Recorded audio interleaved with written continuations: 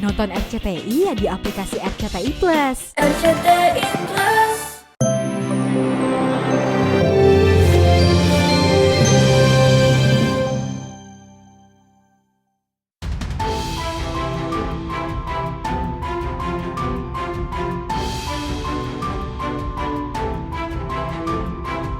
Mengenakan kemeja putih dan celana panjang hitam, penampilan selebgram Gaga Muhammad di sidang laka lantas yang digelar di Pengadilan Negeri Jakarta Timur kemarin sore menyita perhatian awak media. Inilah penampilan pertama Gaga di ruang sidang setelah sebelumnya tampil secara virtual dari ruang tahanan Satlantas Metro Jakarta Timur. Gaga datang dengan mobil tahanan berwarna hijau, namun tak mau menampakkan wajahnya di depan wartawan. Sayangnya, Gaga tak bisa berlama-lama berada di ruang sidang karena sidang ditunda Selasa depan lantaran saksi ahli dari JPU tidak bisa hadir karena sedang berada di luar kota. Bukan ditunda lagi ya, karena dokternya memang sekarang tidak di Jakarta, tadi keterangannya ada di luar kota Jakarta dan ada waktunya hari Selasa. Ya, majelis hakim memberikan kesempatan kepada jaksa untuk menghadirkan pada hari Selasa nanti. Ya, sekaligus kami akan membawa saksi-saksi yang meringankan.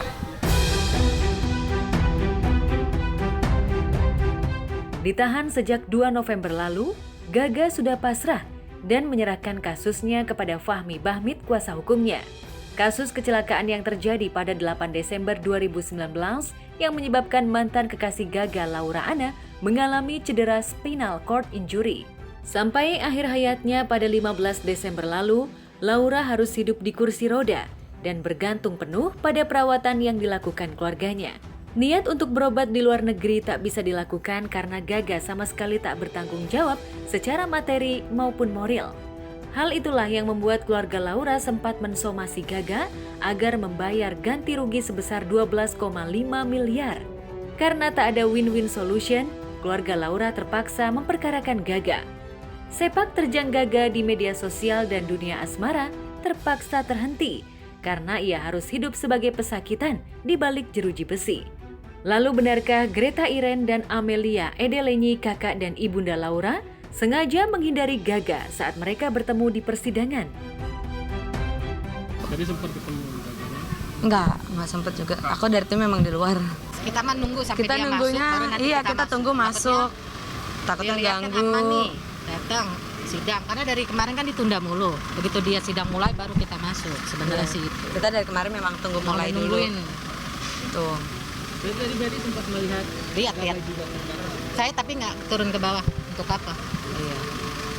Enggak perlu. Masa mau sapa juga kan nggak mungkin ya. Pasti dalam sidangnya. Kita mah kan dari dulu kita cuman melalui proses hukum aja, nggak perlu keluar dari jalur itulah. Nah, kan kita udah kasih waktu 2 tahun buat dia ke rumah untuk ini itu, dia nggak datang ya udah kita lewat jalur hukum, nggak usah silaturahmi lagi, udah buat apa juga. Enggak Cuma ada. buat ngawal aja. Ngawal, kita selalu mau supportnya Laura. Ini emang udah pasalnya aja kan luka berat. Ya, kecelakaan biasa gimana lagi? Ya itu kan itu luka bukan yang karena Laura mau ya, itu luka karena dia kecelakaan harus terbaring terus-terusan, akhirnya dekubitus. Akibat dari Kan kita juga kita harus hitung itu luka itu kayak mungkin sekarang sembuh, tapi kan mungkin dia pas sudah tua bisa aja ada lagi. Mereka kan nggak ngerasain kan? Nah, benar. Mereka nggak tahu rasanya harus ngerawat, dengerin dia nangis-nangis setiap hari. ganti rugi seperti apa Kak? Nah, ganti rugi itu masih nanti, masih jauh. Beda itu beda kasus lah. Iya. Kita masih pidananya. Itu satu-satu aja dulu kita mau masih coba yang ini dulu support Laura yang di sini.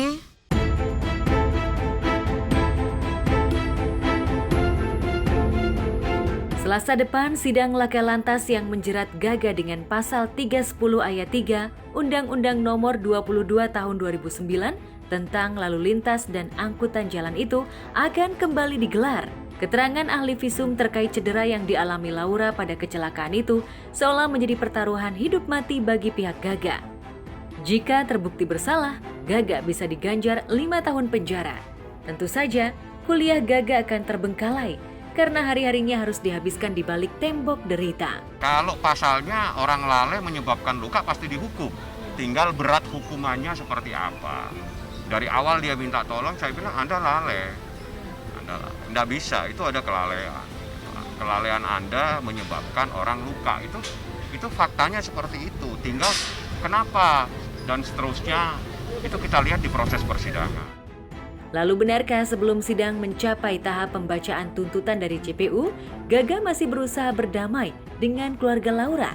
Benarkah Gaga rindu pada Laura dan ingin memeluk guci yang menyimpan abu jenazah mantan kekasihnya itu? Teman-teman tuh. Melontarkan akan ada opsi untuk perdamaian di tengah persidangan ini. Menurut kakak gimana? Enggak. Nggak tahu. Nggak tahu, dan kayaknya nggak mungkin sih.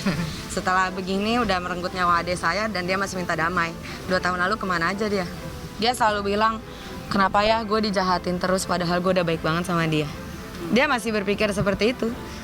Yang Laura omongin itu semua, gini loh, Laura kan butuh 24 jam di samping dia ya. Jadi antara saya atau mama itu pasti selalu ada di samping dia. Mau dia bilang sendiri kek atau enggak, itu pasti ada saya. Karena kan dia kan butuh bantuan sama ini tuh, buat ngangkat telepon aja, ngambil HP aja kan saya ngambil.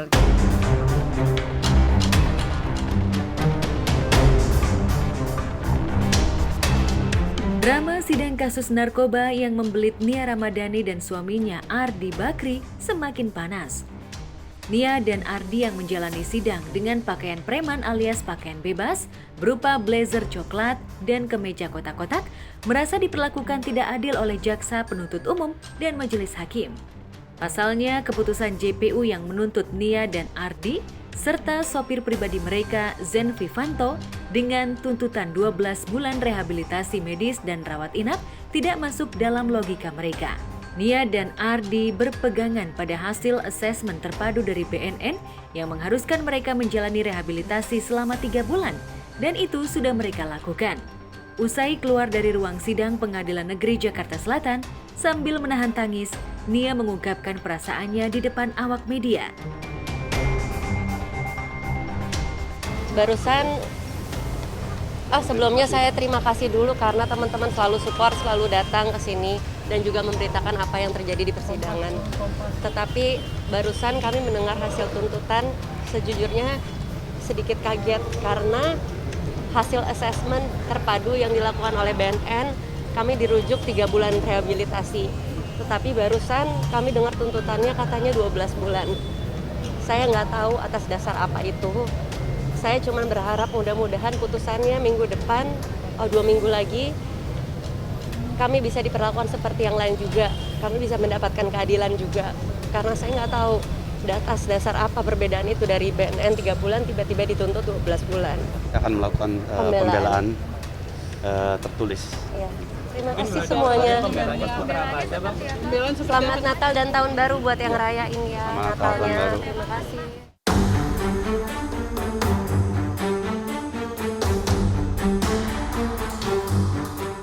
Didakwa melanggar pasal 127 ayat 1 huruf A Undang-Undang Nomor 35 Tahun 2009 tentang narkotika, Jungto pasal 55 ayat 1 KUHP, Nia dan Ardi memang mengaku bersalah telah mengonsumsi dan menyimpan sabu seberat 0,78 gram dan 1 buah alat hisap di mobil dan rumah mereka di kawasan Pondok Indah, Jakarta Selatan. Pengakuan dosa di depan pihak berwajib itu pun berusaha ditebus Nia Ardi dengan menjalani rehabilitasi sampai tuntas hingga BNN menyatakan mereka sudah sembuh dari adiksi atau kecanduan sabu. Tak heran pada sidang berikutnya Nia Ardi siap habis-habisan melakukan pembelaan tertulis di depan JPU dan majelis hakim. Menurut saya wajar beliau kecewa dan merasa tidak adil karena teman-teman kalau mengikuti jalannya persidangan ini tahu persis ketiganya menjalani rehabilitasi rawat jalan selama 3 bulan. Nah artinya apa? Ketika dia sudah menjalani rehabilitasi dan apalagi saat ini sudah dinyatakan sembuh, ya harusnya kan udah selesai, udah clear.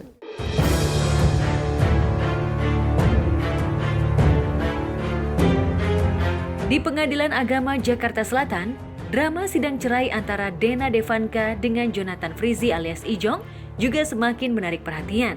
Dena yang minggu lalu menghadirkan ART dan ibundanya sedianya kembali menghadirkan saksi tambahan pada sidang kemarin, tapi batal dilakukan. Pihak Dena merasa 2 orang saksi sudah cukup untuk meyakinkan majelis hakim bahwa rumah tangganya dengan Ijong sudah tidak bisa dipertahankan.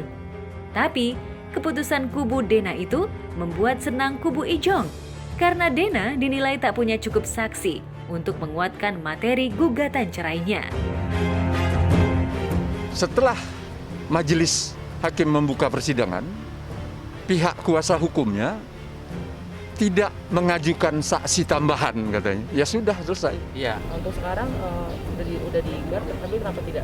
Iya, ternyata pas kita udah ini kami rasa udah cukup dengan keterangan saksi-saksi sebelumnya, jadi nggak dirasa harus nambahin lagi saksi sih. Karena nanti pertanyaannya akan sama juga, jadinya nggak akan ada bedanya juga. Selain menggugat cerai, Dena juga mengajukan hak asuh dan nafkah anak. Dari pernikahannya dengan Ijong, Dena memiliki 3 anak yang masih membutuhkan perhatian kedua orang tuanya. Demi anak-anak, Ijong masih tinggal serumah dengan Dena. Lalu benarkah Dena meminta hak asuh dan nafkah anak yang memberatkan Ijong? Ada, cuman itu masuk pokok perkara, kita nggak bisa ini. Pokoknya apapun hak-hak yang bisa kita mintakan di dalam gugatan ini, kita mintakan. Untuk harta gonogini sesuai dengan undang-undang ya, di perceraian, itu tidak bisa disatukan, harus putus dulu cerai. Cerai baru ajukan pengajuan gugatan gonogini.